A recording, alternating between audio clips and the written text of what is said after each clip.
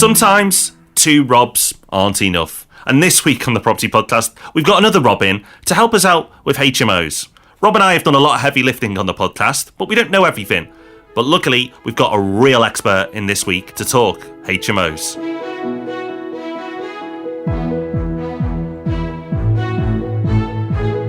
Welcome to the Property Podcast, where every Thursday morning property investors come together to be informed and inspired. Today we've got our second instalment of Strategy September, where we're talking about HMOs. We've also got a slightly concerning news story, but stick around to the end because to cheer you up, we've got a recommendation of another great podcast for you. So it's time for our news story of the week. And I can't believe it, we're talking about politicians again, because it seems they have a lot of views about a lot of subjects, and fortunately, or unfortunately, depending on your point of view, helps us out, gives us something to talk about. A lot of those opinions are to do with property investment. And we have an article from the Daily Mail, which is referring back to an interview John McDonnell, the Shadow Chancellor for the Labour Party, had with the Financial Times. And based on the Daily Mail's headline, Rob, property investors should be afraid. Very afraid. Yeah, just hearing the name John McDonnell should be enough to make you afraid as a property investor, even before you hear what he has to say. Because surprise, anybody with more than £10 in their pockets, Rob. Well, yeah, exactly. And in this interview, he's not revealing new tax breaks for investors or anything like that. No, he's outlining his plans to force property investors to sell their properties to tenants at a discount. So he's basically trying to rekindle Margaret Thatcher's right to buy, which is where council tenants got to buy their homes from the council at a discount, but apply it to private landlords. So immediately you read this and think, well, how could this possibly work? This doesn't make any sense. I could think of about 20 different ways in which it would fall down. It'd be challenged in the courts on about 1 million different grounds. How would this ever come to anything? Surely this is nonsense. But Rob, maybe we shouldn't be complacent because this wouldn't be the first surprising thing to have happened in the last few years. Yeah, if you told me a guy from The Apprentice was going to be the President of the United States, I probably wouldn't have believed that either. But things that are unexpected can happen. So we do have to take this seriously as property investors. And something I've said for a while now that is pretty controversial because it is talking about politics. But I think for property investors at least, that a Labour government with their current mindset and policies is far more damaging than a hard Brexit.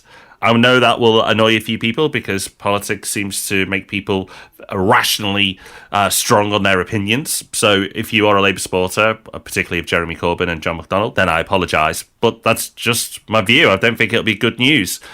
I don't think it'll be good news for the economy in general, really, because they don't seem to like businesses, Rob. They don't seem to like property investors. So do they have a lottery for nations so we can get some cash in? Because I don't know where it's coming from. Well, we can only hope so, because making money seems very much to be frowned on. But whether anything comes of this particular policy or not, like you said, Rob, the current Labour leadership's attitude to landlords is definitely something to be concerned about. And I'm sure we'll see more headlines like this over the coming months. This week, it's our second instalment of what we're calling Strategy September, where each week we take you through a different property investment strategy, explain what's good about it, what's bad about it, who it's for, and how you can get started if this is a strategy that you think might be for you. Last week, we were talking about buy-to-let, which is a subject that Rob and I know very well. This week, we're talking about a strategy that we don't know so well, but is nevertheless extremely popular and gets talked about a lot, and that is HMOs.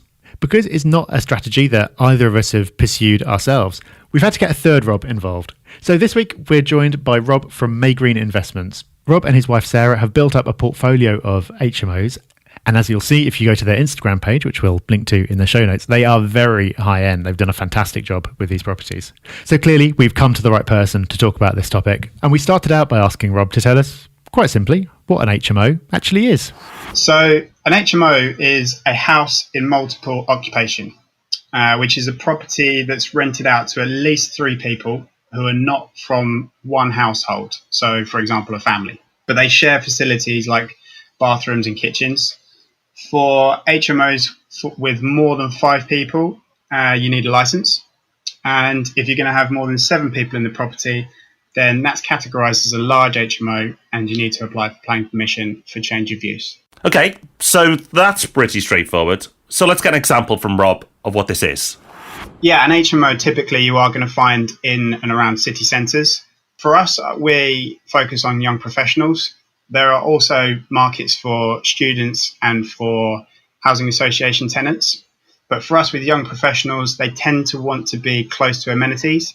So, nearby your supermarket or shops that they can go and easily go and get their groceries is important. Transport is also really, really important. So, being close to train stations and bus stops. If you think about the fact that you're normally converting a residential property, let's say from a 3-bedroom into a 5-bedroom, you're not going to have spaces for 5 cars. So you want to make sure that you've got enough transport close by to where the property is so that they can get to work.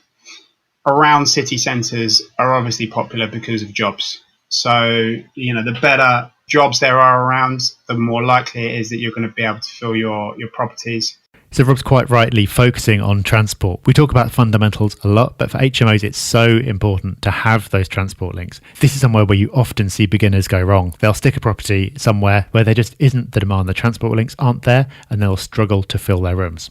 So like I said back at the start, HMOs get talked about a lot. So why is that? What are the advantages? Big advantage to an HMO is generating higher amounts of cash flow. You get much more than you would do from a standard buy-to-let. So that means that you can create more income with less properties. Larger HMOs can be valued on an investment valuation. That's when they value the property on the rent roll, and that normally allows you to refinance more money out on the exit. So that's another great advantage to HMOs.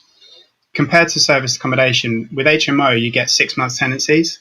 So you've got far fewer tenants coming through your property, which to me, means you're less likely to get damage, less likely to have loads of parties or have neighbour nuisances. So management in general compared to service accommodation will be less. It'll be more than buy-to-let, but it'll be less than service accommodation. Well, the biggie, yes, of course, is yield, or some people like to call it income. HMOs are known for it. If you want to get a good income in from property in a quick amount of time, then HMOs are probably going to be the route forward. You can see people who maybe hate their work, just don't want to do any more, going down the HMO route because this strategy will get them there faster. Also, Rob's touched on refinancing. It's a bit different to normal buy-to-let financing, and you have to get somebody who knows what they're doing to help you. But by using the rent roll, you can get higher valuations. Rob also rightly points out that serviced accommodation is becoming more popular now and a way to achieve the same sort of results as HMOs, and sometimes even described as passive income. But HMOs do have an advantage over service accommodation when it comes to tenancy lengths, because most people with HMOs will have at least 6-month tenancy agreements, where of course serviced accommodation, people who are just renting their property for a short amount of time are coming and going, and there's a lot more intense as a strategy. But while that all sounds wonderful, and it is, there are of course downsides, there are disadvantages. If it was all up, we'd all do HMO, but there are things that you need to take into consideration. Disadvantages to an HMO, the refurbishment generally tends to be higher, and the refurbishment will take a little bit longer because you often have to do a little bit more work than you would do if you were just, tarting up a buy-to-let. It means you need to be a bit more on top of your numbers, and just making sure that the deals are actually going to stack. Pretty much every HMO now needs a license. There were some changes that came in October last year. Some people see that as a disadvantage. To me, I actually don't. I see this as a regulation change that actually improves tenant safety, and so I actually see it as a good thing. But it means that you need to be aware of the fact that there are regulations out there. And then the final thing, I think, there is more work to getting it right. There are so many factors to keeping voids down now, especially in a crowded market. So having the right letting agent, ensuring maintenance is handled quickly, getting the right mix of tenants is crucial for the harmony of a house. HMO is definitely not hands-off property investing. I think the key word here is work. HMOs are more work, and that shouldn't be a surprise. In general, if you're getting a higher return, then you're either taking on more risk or you're having to put in more work. With HMOs, there's a bit of both. There's risk attached because there's more variables. You've got more tenants in there. They might not get on. There's more potential for problems. But even if that doesn't happen, there is more work. There's regulations to think about. There's going to be more maintenance. There's going to be more management. There's a lot of regulations to think about. So it's not a hands-off strategy unless you've got a particularly great agent. It's definitely possible to find great agents for HMOs. They're rare, but they are out there. And it's also possible to get everything really well systemized and build up your own team and become pretty hands-off with it. But that takes skill and it takes knowledge. By default, it's not a hands-off strategy. So that is something that you need to be aware of. And you also need to be aware that the entry point is a little bit higher than it is for normal buy-to-let properties. Just because you're dealing with bigger properties, therefore the purchase cost is going to be higher. And normally you're converting a normal single let into an HMO, therefore there are costs associated with that as well. So like with any strategy, there are advantages and there are disadvantages. So taking all of that into account, who should be looking at HMOs? I think in terms of the people that are looking for higher amounts of cash flow, so are looking to build up an income relatively quickly, I think if you're someone that is particularly detailed and tenant focused, then an HMO is a good strategy for you. I think the other thing that's important is making sure that you've done all the right due diligence. So you do need to be the kind of person that is willing to spend a fair amount of time researching and finding out what the correct areas are, speaking to the right people, and understanding that you've bought in the correct place. Someone that's obviously looking to build up income quite quickly, but making sure that you're prepared to put the work in and know that there's going to be a fair amount of detail there. So if you're looking to build up cash fast, HMOs are obviously an amazing strategy. And the fact that HMOs can be financed on a commercial basis can be a huge advantage too. But the message is clear here. Approach with caution. With any strategy, for ups, there are downs. And for any strategy, the bigger the up, the bigger the down in other ways, or the bigger the compromise. There is no perfect strategy. What Rob and I do will not be right for someone else. What Rob from Maygreen does will be perfect for some of you and not for others. So it's about knowing yourself, about knowing, yes, this upside suits me. Am I prepared to take the challenges that come with it? And if you are, perfect, move forward. But if you're finding there's imbalance one way or the other, then keep researching until you get more certainty. But if you are interested in HMOs or just interested in the concept and you want to learn more, there's no way that we could have Rob on the podcast without mining that huge knowledge bank that he's got and get him to give us some of his tips. The number one big thing before you get into investing in HMOs is doing your due diligence. We invest remotely. We live down in Hampshire. We invest up in Manchester. So when we first got going, the first thing we did was, it was an area that was a long way away from us. We needed to be sure that we were going to be able to get the right demand. So something we did at the very beginning was we ran a lot of test ads.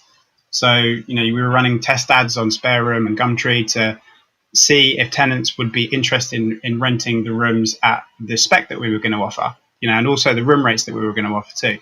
So that was so important at the beginning to establish demand. You've obviously got to make sure the deals stack up. With HMOs now, valuations on the exit can be quite complicated. There are lots of different products out there in terms of how you can refinance, especially when you get into the bigger HMOs. But at the beginning particularly, making sure that you can refinance as much money out as possible can be tricky because the refurbishments are often higher. One tip that I would give to anyone at the beginning, and this is actually something we've developed, but it's something I wish I'd done more of at the beginning, is understanding that your tenants are going to be your customers and their rent is like the lifeblood of your business. So it's so important to look after them from the beginning. You want to ensure that they don't have to wait for maintenance issues to be resolved. We do little things like we offer them Amazon vouchers. So we send Amazon gift vouchers out to them every couple of months. We pay for a communal Netflix account on their communal TV, and they love that and they really feel cared for. So, just from the very beginning, making the tenant your focus is just a really great tip that I could give. And also making sure the communal spaces are well designed. In an HMO, you've got potentially quite a few tenants in there. What we try to do is we try to create a space where they can all socialize and hang out and enjoy spending time together. The HMOs that I see that are literally just bedrooms and that's about it, you're not going to create that social environment. And I think that will lead to more tenant turnover. So, create a cohesive space for them to be able to hang out and spend time together. And the chances are your tenants are going to stay there longer. If you are interested in HMOs as a strategy, rewind a few minutes, listen to what Rob has to say again and make notes because there is some fantastic advice in there. A couple of the things that Rob's focusing on is reducing some of that risk that we talked about. So testing the market first to make sure there's demand before you buy is such great advice. Because you do see people buying in the wrong areas and struggling with occupancy and not making anywhere near the amount of money they thought they would. So that one tip can completely eliminate the chance of you falling victim to that situation. And Rob's also absolutely right to focus on the tenants or the customers, as he sees them, that you put into this property. By putting the right mix of people into the property and by having spaces where they can socialise, it's going to be a far better experience for them, which means that they're going to stay longer, which is just better for everyone. And as you see when you look at Rob's own HMOs, they always look like hotel rooms. They're really amazing. So by putting that extra bit of effort in and spending a little bit more on having a really high spec and thoughtful design, means you can have people queuing down the street to live there. So it means you can basically take your pick and really pick the people who you think are going to treat the property best and who are going to get on best together. Something that Rob's touched on as well is the mix of people that you're going to have in your property. If you have a normal buy-to-let, you're going to have families, couples, friends, people who know each other. In HMOs, they could all be strangers.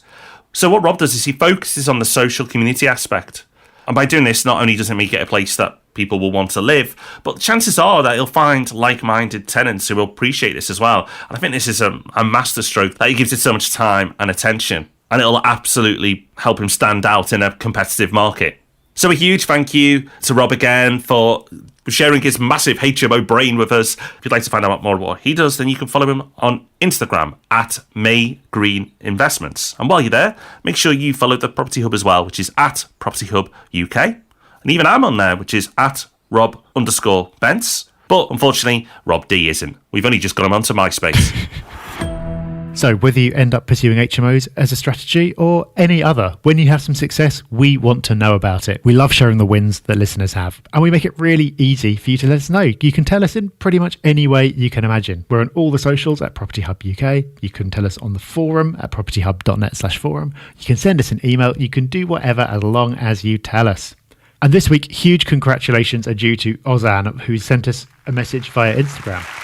And he says, me and my missus have been working so hard for 3 years and have done nothing but sacrifice. We didn't buy expensive stuff, we didn't go out, we had no holidays, and we didn't upgrade our phones to the latest tech. We just saved and worked. I came across your page and you opened my eyes and taught me that what we're doing is the right thing. 3 years have gone by and we've just bought a property in London and we've made our plans for a second property in the next 5 years. Hard work and patience is key.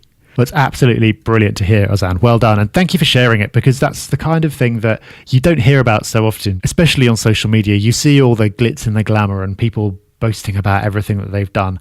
You don't tend to see the sacrifice. You don't see what people have given up in order to have success. But it's that sacrifice and that hard work that's the foundation of success. So well done to you for pushing through and making that first investment. Yeah, an incredible achievement. So many people today push the, property investment, get rich quick angle. And this is the absolute counter to that. And it's not because you've done it wrong, you've done it right. This is how property investment works. Money, for most of us, isn't given to us. It doesn't fall into our lap. You have to work hard to get going. And you've done just that. A credit to you. Well done. Now, Rob, I'm quite excited because before we started recording, you told me you had a new podcast for me. And when you told me the name, and I hadn't heard of it before, I think the noise I made was, ooh. So please justify that noise and tell us what you've got. Yes, your manly reaction was fully justified because this is exciting. This is a podcast called Land of the Giants. And the concept is in each series, they're going to focus on one of the tech giants. So Google, Apple, companies like that. The first series, though, is about Amazon. And each episode explores a different aspect of how Amazon has got to where they are, where they're basically dominating the world, and what that means for us, the ways that it's changed us, the ways that it's a good thing, the way that it's a bit of a worrying thing. So Amazon is a fascinating company. We talked a few years back about the book, The Everything Store, which is a brilliant book on the history of Amazon. But they've done so much even since that book came out, and this podcast talks about all of it. So if you have any dealings with Amazon, which I think, let's face it, pretty much everyone listening will do, very much worth checking out. So that's us done. A huge thank you again to Rob, who joined us for this week's show. If there are any other experts called Rob, then please do get in touch. It seems to be an important criteria for the property podcast that you're called Rob. Now, we'll be back with Ask Rob and Rob on Tuesday and another property podcast next Thursday. But if you need some more property goodness in your life, then head over to our YouTube channel at Property Hub UK, where you can get even more. So that'll keep you busy until we're back on Tuesday. We'll see you then. Bye-bye. Bye-bye.